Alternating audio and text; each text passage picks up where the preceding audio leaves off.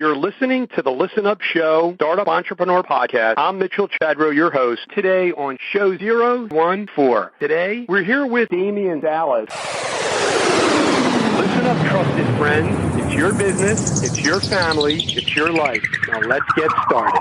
Well, I'll tell you what, Damian, we connect on many different levels. I have 2 girls, I have 2 dogs, I got a cat. You know, that's why, like I said, the podcast not only focuses on business, because obviously that's important, but you always have to ask yourself why you're focused on the business, and that is to also make sure that you have a good life and also that you always are focused on your family. And you really need all 3. And that's not to say that one is more important than the other, because for me, family is above all. Okay, we're here today with Damian Salas. It's great to have you today on the show. It's great to be with you. No, super. You're actually the Assistant Dean of the Entrepreneurship Living Learning Community for the Close School of Entrepreneurship at Drexel University, which was actually funded by the estate of Charles D. Close and the Charles and Barbara Close Foundation. And actually, so that's correct, right? That's right, yep. Excellent. And it's the first freestanding school of entrepreneurship in the nation to offer degrees. Is that correct? It's absolutely correct. You know, it was something that was really just there at Drexel University. You know, Drexel is entrepreneurial, and its founding with Anthony J. Drexel. And entrepreneurship startup was really just always on campus, always really everywhere at the university. And so the Charles D. Close Foundation graciously allowed us to kind of just bring it out from the dorms, bring it out from the classroom, and say, okay, you know what, this is something that's happening at Drexel. Let's go ahead and really push it forward as an independent school of entrepreneurship. And being the first in that kind of disrupts, if you will, higher education, and really just kind of allows those individual students who are looking for a continuum, looking for a path of entrepreneurship, it really gives them a home. Please sign up to my email list for the latest special offers exclusive for our Listen Up Show Startup Entrepreneur Podcast audience at mitchellchadrow.com/sign-up. I have been providing business advice, resources, and help to entrepreneurs for over 20 years, and I'm looking forward to helping all of you. Sign up for my email list, again, at mitchellchadrow.com/sign-up. I will provide you with full transcript for each interview, my ebook, 30 Tools to Start Up, the Startup Checklist, and many other education and training materials, all back at mitchellchadrow.com/sign-up. Now enjoy the show. You've actually also taught strategy and management here at Drexel University at the LeBeau College of Business, and so you're not only an educator, but you also have your own executive management experience working in startups and mid-sized companies. So maybe what you could do is tell us a little bit about your own personal story as well as your own business background. Tell us a little bit about, you know, like I said, your background and how it actually ties into how you're actually helping people today. Yeah, sure. And so, you know, my background is pretty varied. You know, I come from family business as well. So that whole idea of business is really kind of ingrained with me, you know, working with my family at a very young age.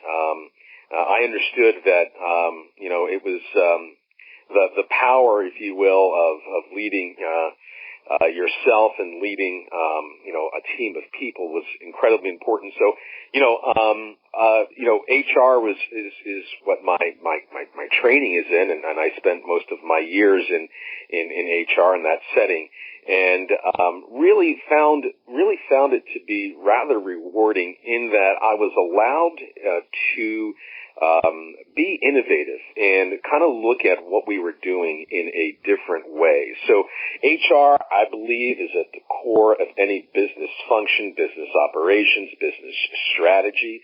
And I found that experience to really allow me to express myself. So, you know, the other thing that's about me is I'm a musician, and I think like a musician. Oh, okay, very neat. Yeah, in that, you know, the music is an art form, but it's also a process. It's an analytical process that musicians go through. And so, you know, those two, that's how I frame things. And so, HR being that foundation, that fundamental business strategy, I kind of looked at it as a way of expressing, what the standards of HR were, those historical, recruitment and benefits and leadership, and then how we were doing it, and then looked at how we could change it to better the business operations. And so, this whole idea of corporate disruption is really something that I'm passionate about, something that I did. And it requires leadership. It requires look at things differently. First of all, it requires you to understand the process and then ultimately change it to do that. It's a difficult process. It can be a lonesome process. I can absolutely say, excuse me, that I was not a very popular individual at some point in my career. So that I brought that to the classroom as well at the College there of Business at Drexel University, and I also got my MBA there. So how the story goes with that is that Dean DeCarolis, she was the professor at that moment. She was one of my professors, and she enjoyed my work and enjoyed my presentations, and of course knew my background. And I immediately began teaching for her right after my graduate school there. Once she founded this school, I reached out to her and said, love to be a part of it, to work with you. And she understood my area. Obviously, I was working for her already as an adjunct. And said, yes, let's do this, and let's build this out together. So I was very early in the founding of the school, and it really does fit my wheelhouse in that it is a corporate, ultimately at the core, it's a corporate disruption, right? I mean, to be to take it out of the business school and to be independent, really, it's a statement, and it's been an incredible statement, and of course, an incredible ride. HostGator sponsors our startup round. For all your hosting needs, head on over to mitchellchadrow.com/hosting. Again, that's HostGator. Head on over to mitchellchadrow.com/hosting for all your web hosting needs. The reason why I was so excited to actually have you on, because as you know, our audience are, new entrepreneurs, startup, or people who have had their businesses for a few years and they're looking to sort of take it to the next level. And, it sounds as if, you have that passion for all things productivity and quality and development and strategic planning. You mentioned about a family business, and, one of the things that the audience sort of likes is, not only are you an educator, a trainer, and someone who, is passionate about teaching, but you've actually done it, actually. So can you tell us a little bit about your beginnings in business with the family? Sure. So my parents have a real estate and a company in South Jersey, a real estate development company in South Jersey. Part of it includes a real estate broker, and the other part of it includes custom home building. And so, as I mentioned, very early on, I was in that, working with my dad, ultimately helping, the family establish the real estate part of it. Right now, a big part of it is managing properties and a property management concern that's down there in South Jersey. And so, going out there and when you're 13 and 14 years old and seeing my dad and working with my dad, rehab houses and struggle ultimately to kind of do and build the company is something that's humbling. It's something clearly that helps you with your ethic. My dad and I go back and forth. We talk pretty much every day and talk about what the agenda for the day is. And I think ultimately the conversation is about a competition of who's working the hardest. And at 70 years old, my dad continues to win that competition. Yeah, no, certainly. It sounds like a regional David Cutler, a Toll Brothers, a Dr. Horton, Havanian, that type of operation. But you've also actually founded other companies as well, and so maybe take us quickly into that, because it kind of gives us the insight of who you are as a business leader. And I think, people are really, really interested in knowing more about you. And we'll get into the school in a minute, but I certainly wanted to, let everybody know about that because, we're really interested in your personal story. Yeah. So, as I mentioned, I like disruption and I like really big challenges. And so, my business partner and I, we identified a problem, and ultimately that was identified on a business trip down there in Argentina a while back, where we said, how can we improve healthcare? I had my daughter, very early age, I believe she was 18 months, was admitted to the hospital for something, and babies are typically given an IV through their foot, and ultimately that IV caused an infection in her foot. And from that point and to the point that my business partner was looking at solving the big problem, I knew that was always a problem. That is, that hospitals were causing infections and ultimately had to treat that infection. And so there's a cost to that. There's a big challenge to that. The healthcare laws are looking to help hospitals better understand those costs. And so we decided to hit it straight on, and we identified a solution for hospital curtains that weren't being, and still to this day are not being addressed, that hospital curtains really were one of the vehicles for infections in hospitals. And you can imagine a doctor comes in and opens the curtain and then, treats the patient and then closes the curtain without washing their hands.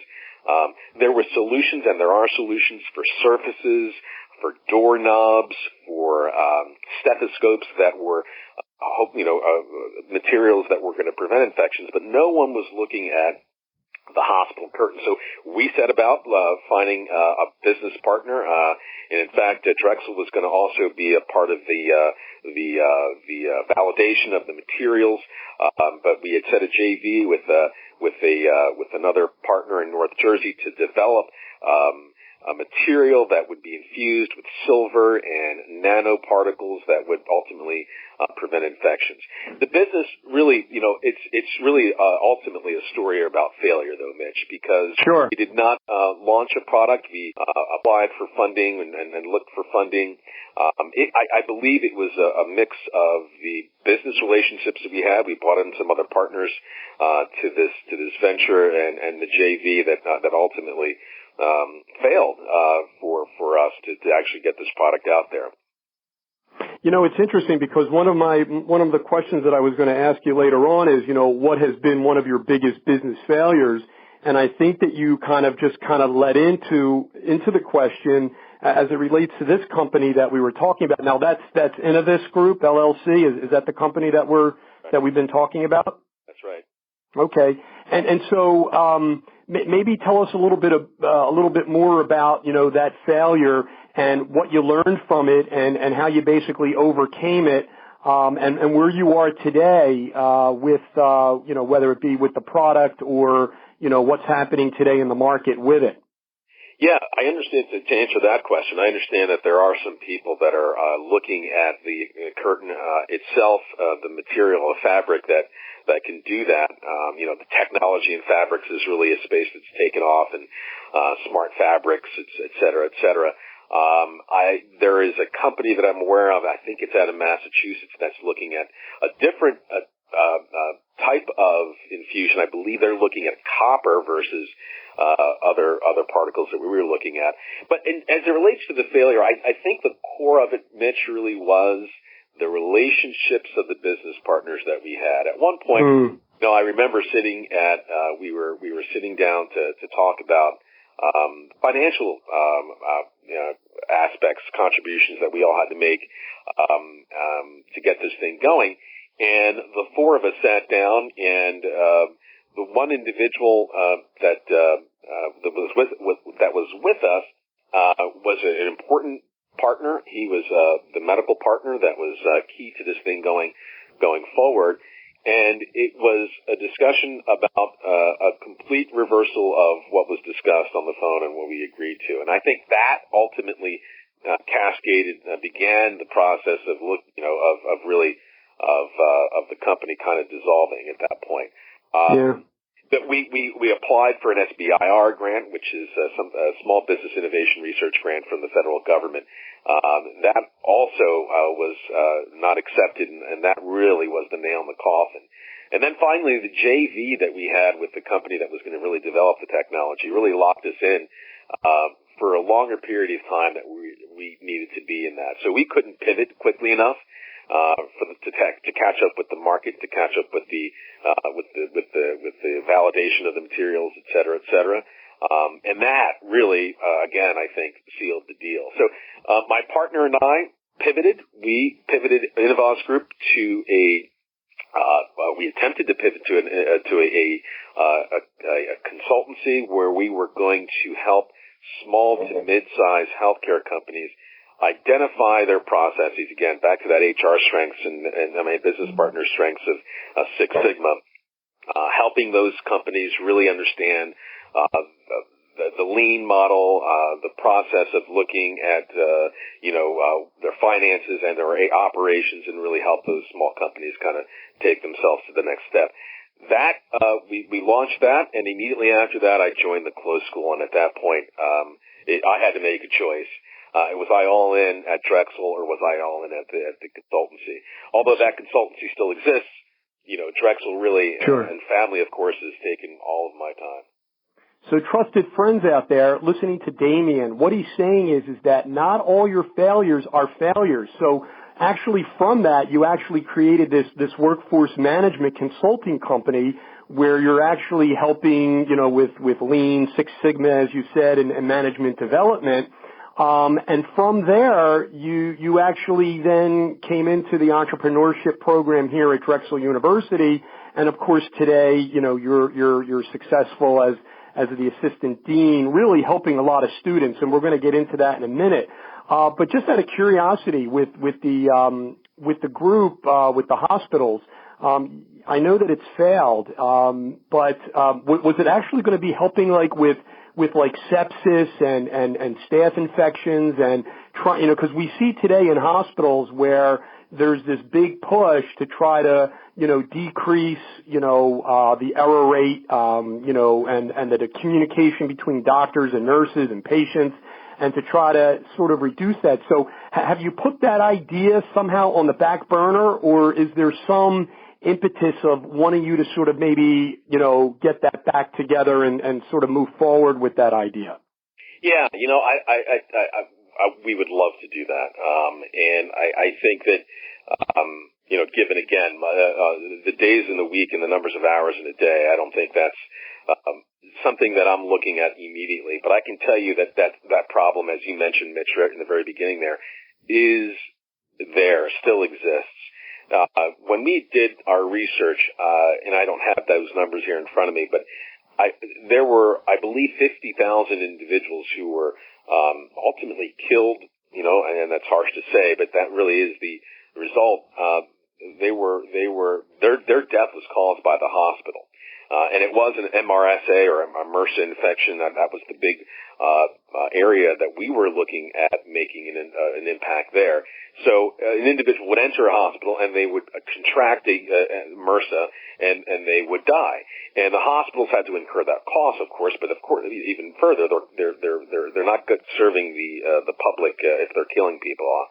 So those costs were incurred. They couldn't get reimbursement. Hospitals still cannot be reimbursed for those costs through Medicaid or through the government. So they were incurring that cost. So again, solving that problem that still exists. There's still people being they're still contracting these diseases in hospitals is a big problem and is something that is clearly a passion of mine. Again, given that my child was infected by an infection many years ago. Well, I'll tell you what, stay tuned, trusted friends out there on the Listenup podcast, because one of the things that Damian didn't know is there's a little bit of a connection here, and I plan on sort of raising this topic on a future podcast. One of the things that I really don't talk all that much about and had affected me many years ago, and it continues to, is that unfortunately my father actually passed away from an overwhelming sepsis staph infection from a hospital. So, there's that connection here, and I really didn't know, that you had a child at 18 months who had also gone through, a staph infection. I hope she's doing well today. But there's a lot of good that this technology can do in saving lives. So, certainly, we'll continue to stay in touch with you regarding that. Tell us about the mission and the vision for the Drexel program at your entrepreneurial close school here, because I think everybody in the audience is really going to be very excited to find out what you're doing, not only here in the Philadelphia area, but in the tri-state area as well. Yeah, thanks, Mitch. And the mission of the closed school is to start something, is to allow a student to start something in their lives or start something in their professional lives, personal or professional lives. Look, we all know that this market, this economy is changing. The Ubers, the Lyfts, the Airbnbs of the world is changing essentially the relationship between the employer and the employee. It's providing an opportunity for individuals to be self-sufficient and to control their work lives and their professional lives. And so we know this economy is changing. Universities, as a whole, are failing to prepare students for either underemployment or a different type of employment.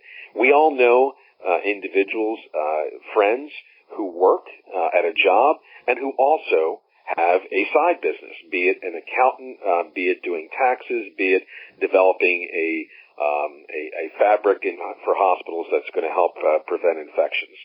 So we believe that this is really the future of education, is providing students with the mindset of entrepreneurship, because it is a mindset. It's a way of looking at things, as well as the process of entrepreneurship.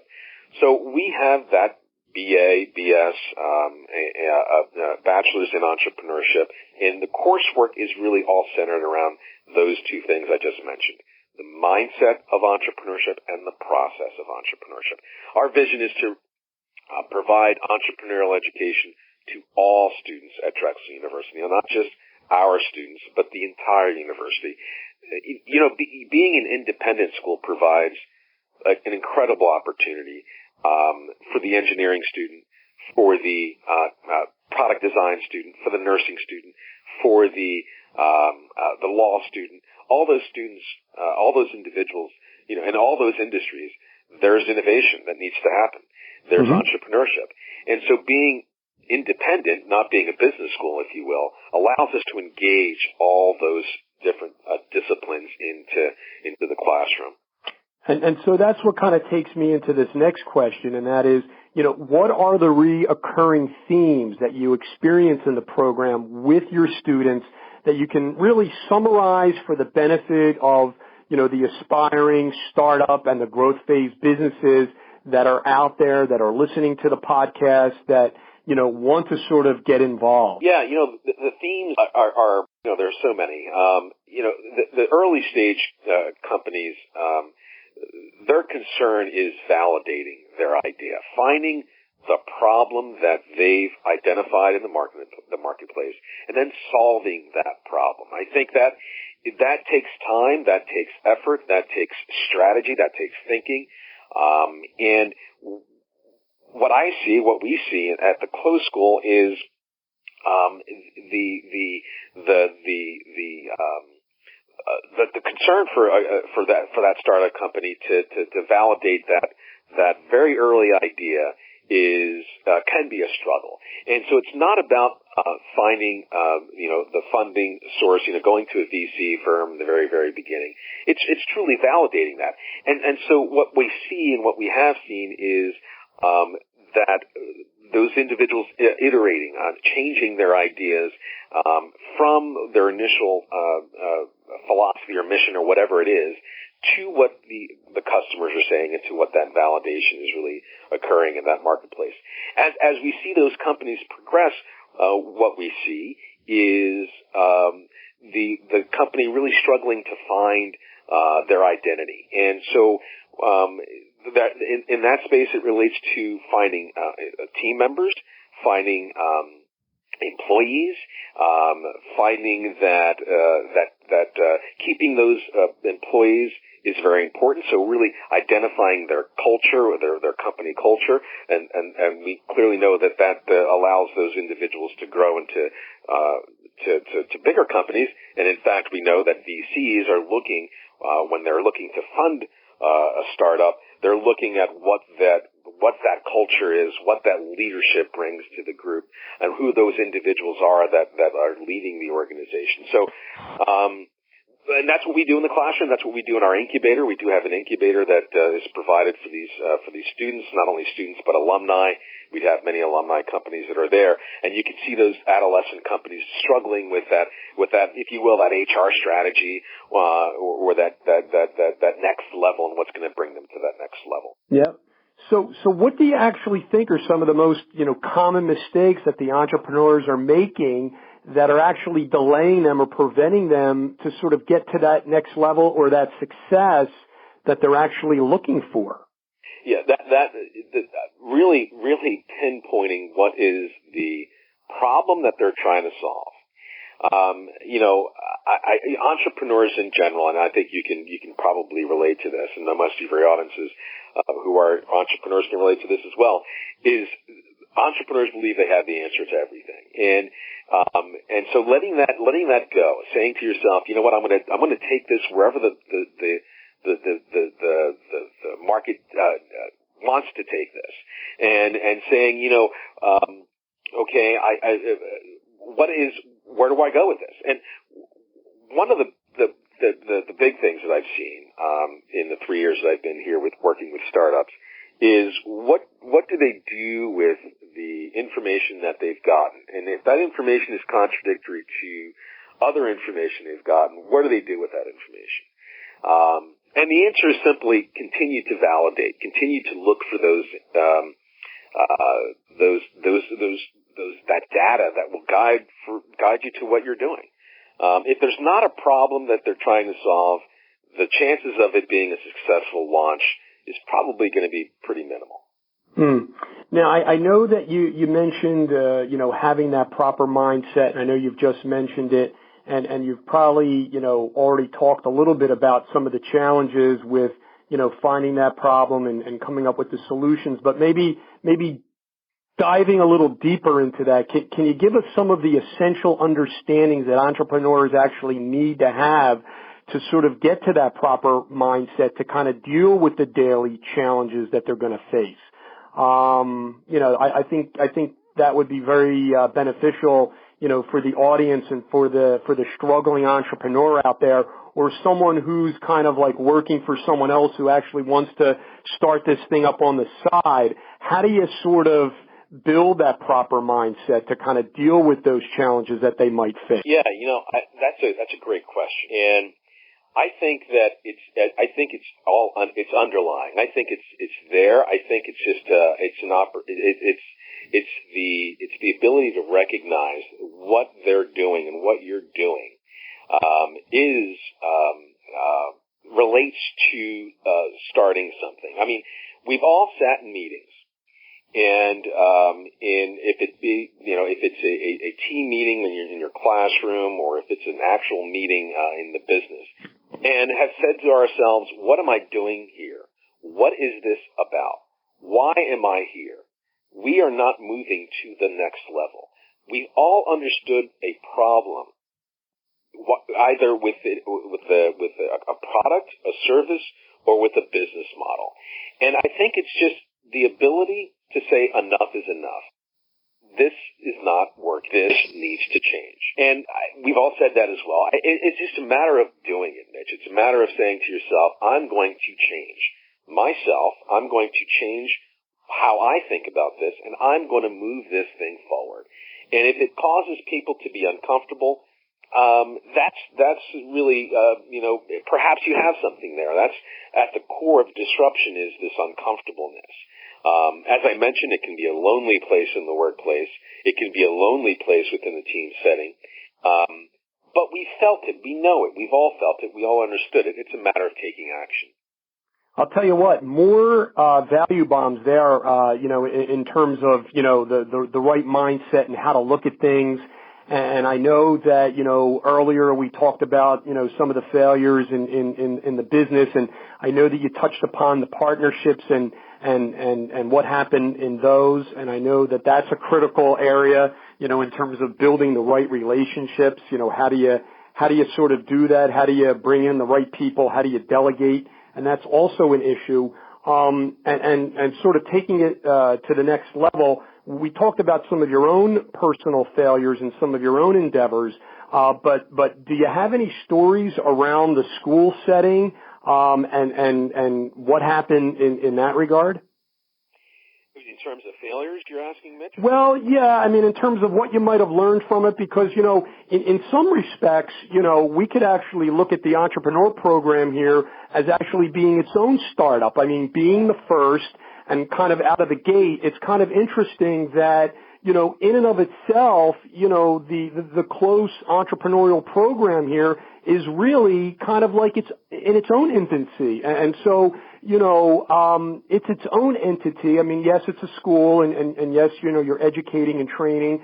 But in a lot of ways, in an exciting way, you're kind of your own startup within your own startups. You're absolutely right. And we actually state that when we are continue to talk to funding opportunities. We state that when we recruit students, and that's this. We are a startup. We are treating this, and in its purest sense, is a startup. We are allowed to function as a startup within this corporate entity called Drexel University. So absolutely, we think and we act like a startup. And so you ask a failure, and this is really not a failure, but with any startup, particularly that one that's been validated and has some traction and the growth potential is really great, we struggle with taking on too much. And that can happen with any startup. When they've gone and they believe they can do everything, and in fact you just can't. So we have begun the process of looking at our priorities and how they align with what we are doing. Because if we can't, if we decided to take on everything, then we dilute. There is just so many hours in a day, as I continue to say. So it's the balance between putting the gas down all the way down and letting the gas off a little bit. And so we're in that process right now where we've been and continue to receive opportunities and partnerships internally and externally.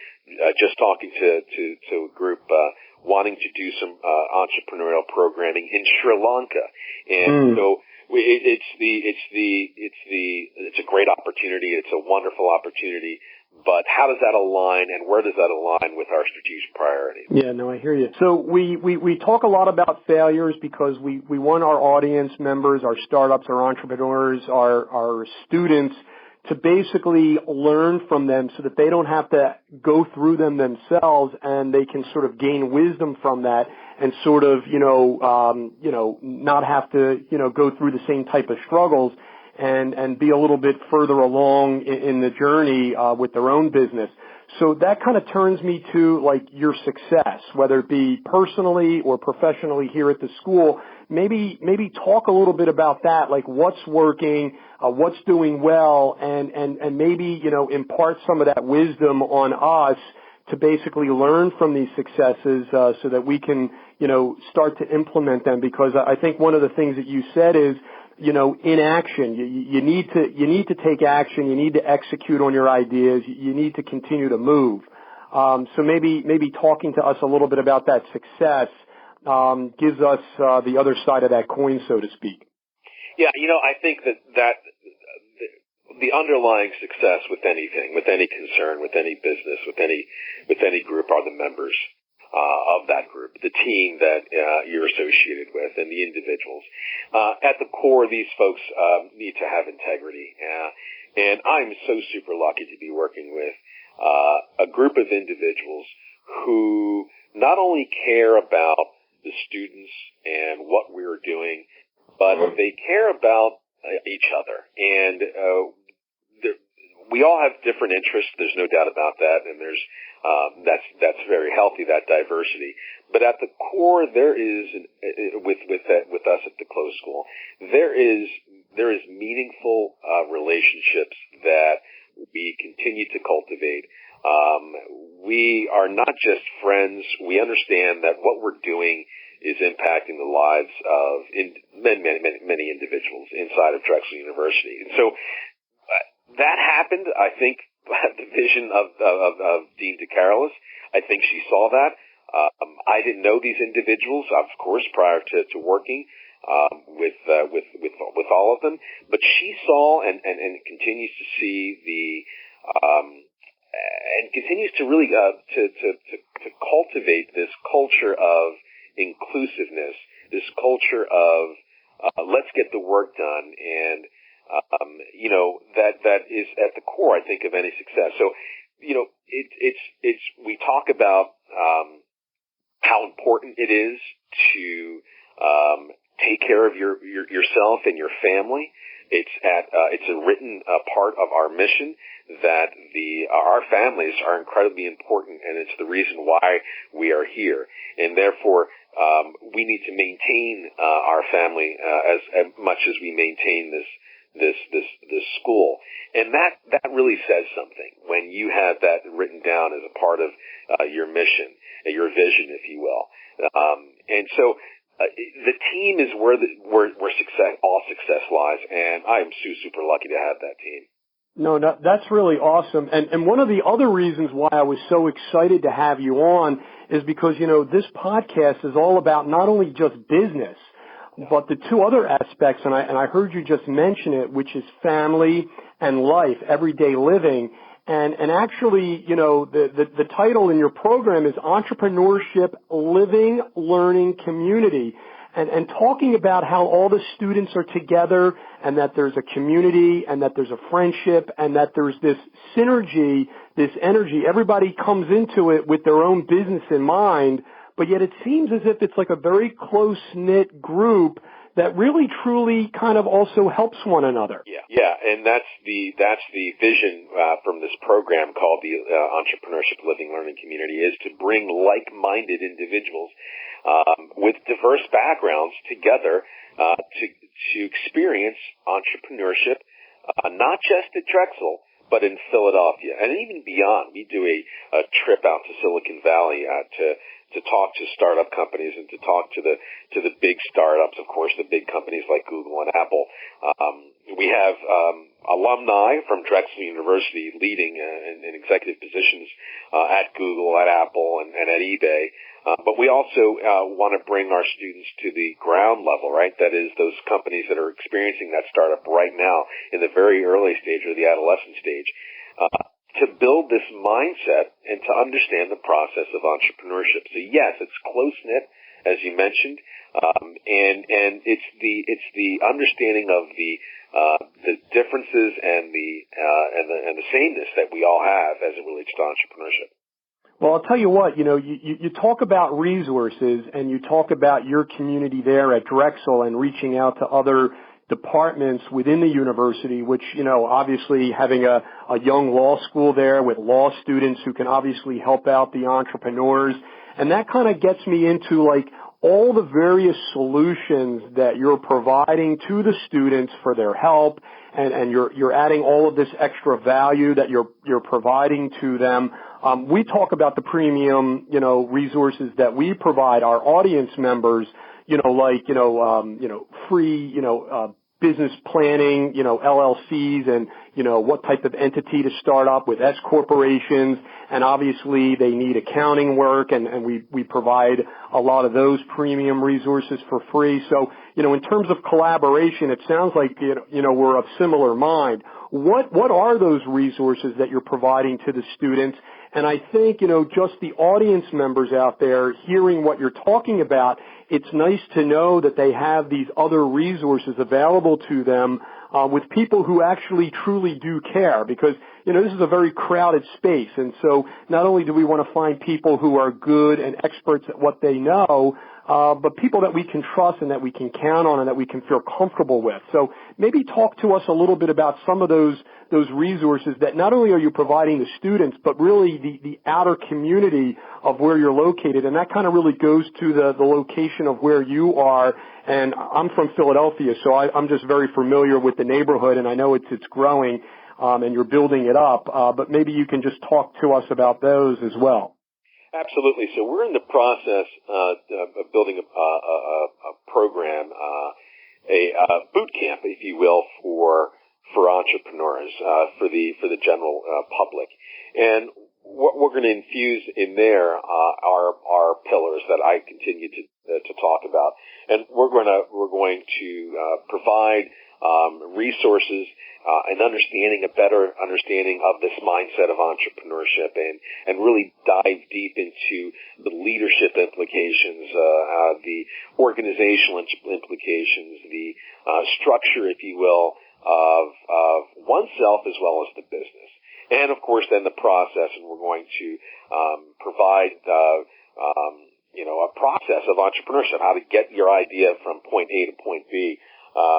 And then even an exit as well. So we are in the process of developing that. We're looking at getting that launched probably this time next year.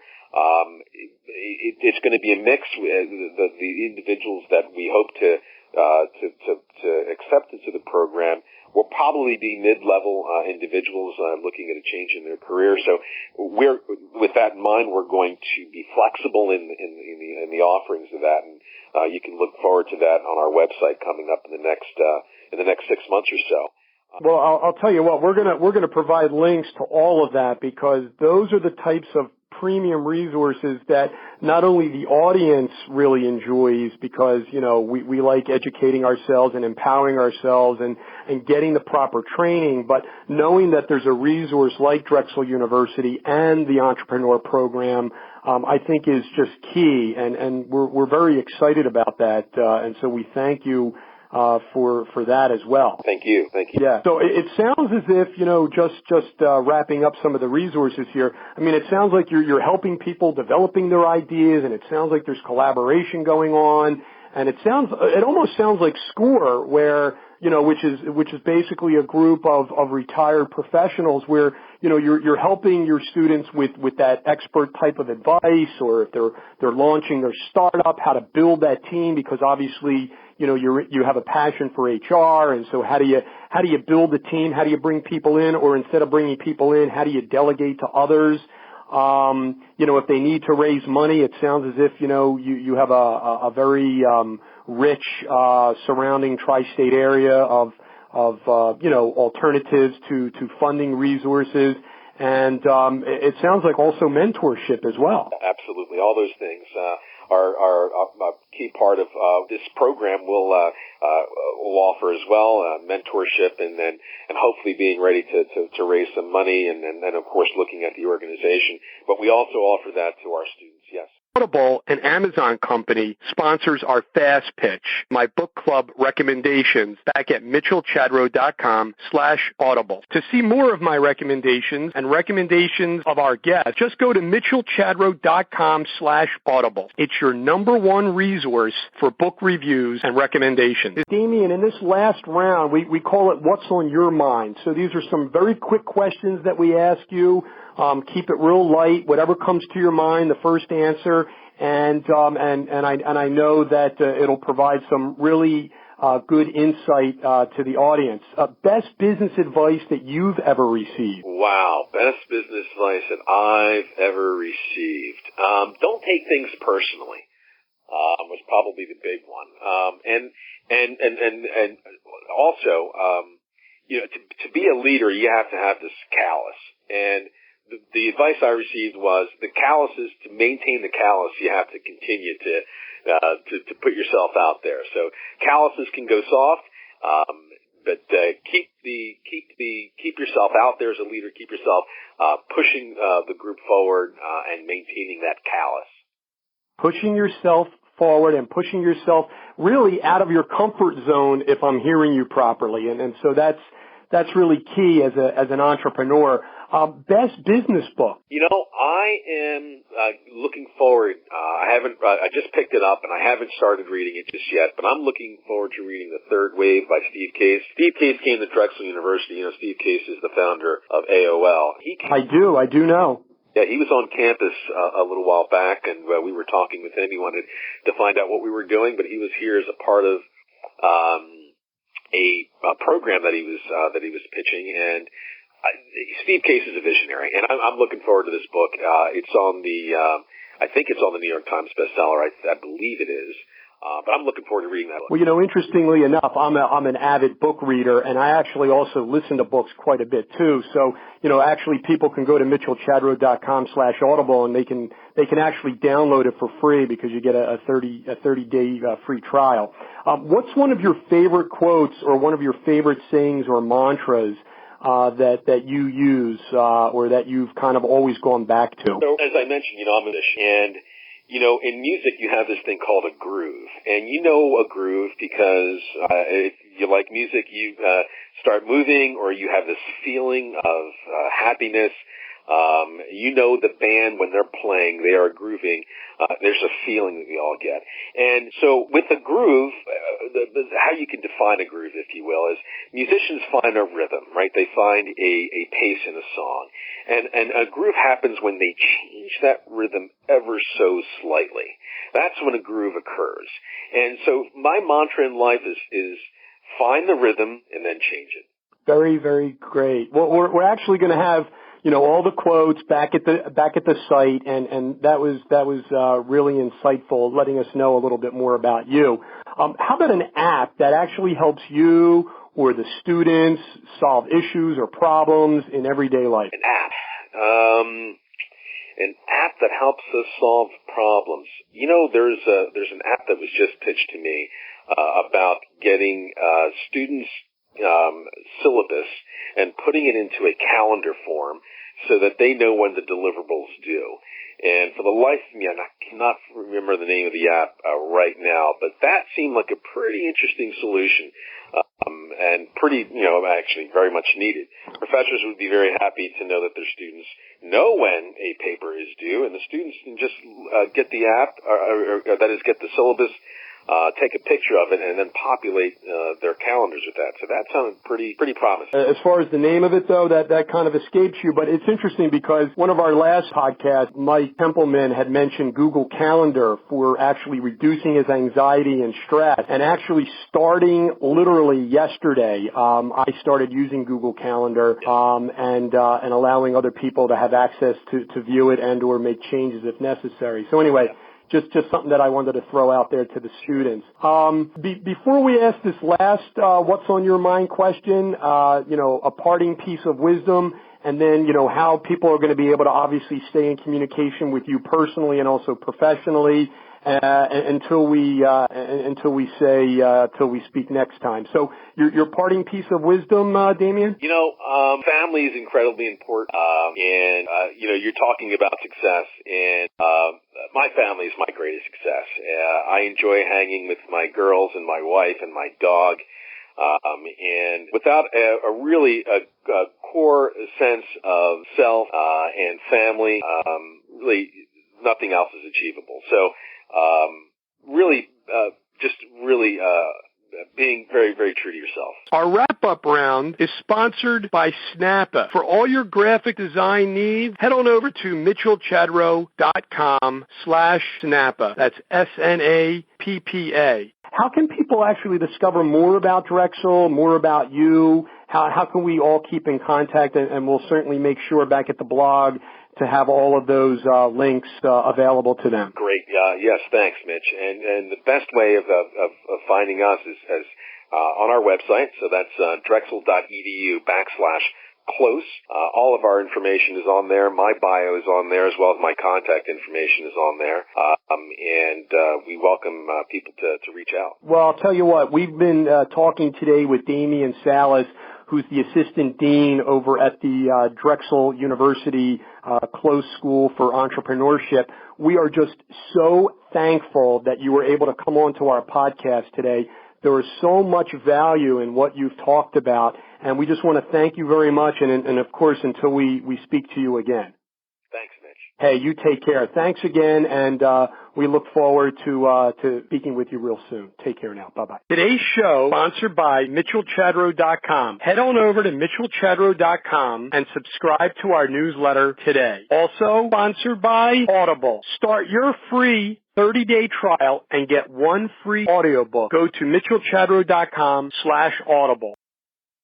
In closing, let me ask for my listeners' help. First, please subscribe to my email list at MitchellChadrow.com/signup. You will get all the full interview transcripts, my ebook, 30 Tools to Start Up, where I talk about these free resources in show 006. You'll get the startup checklist, education and training materials, and other resources just by signing up at MitchellChadrow.com/signup. Listen up, trusted friends.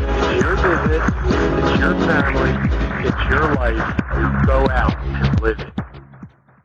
Back at MitchellChadrow.com/signup, help me boost the rankings of the Listen Up show, the Startup Entrepreneur podcast, by providing a well-written review in iTunes. MitchellChadrow.com/iTunes. It helps other people find the show. If you actually need instructions on how to do this, you can find that back at MitchellChadrow.com/signup. Thank you so much for subscribing to my email list and providing a written review on iTunes. Until next time.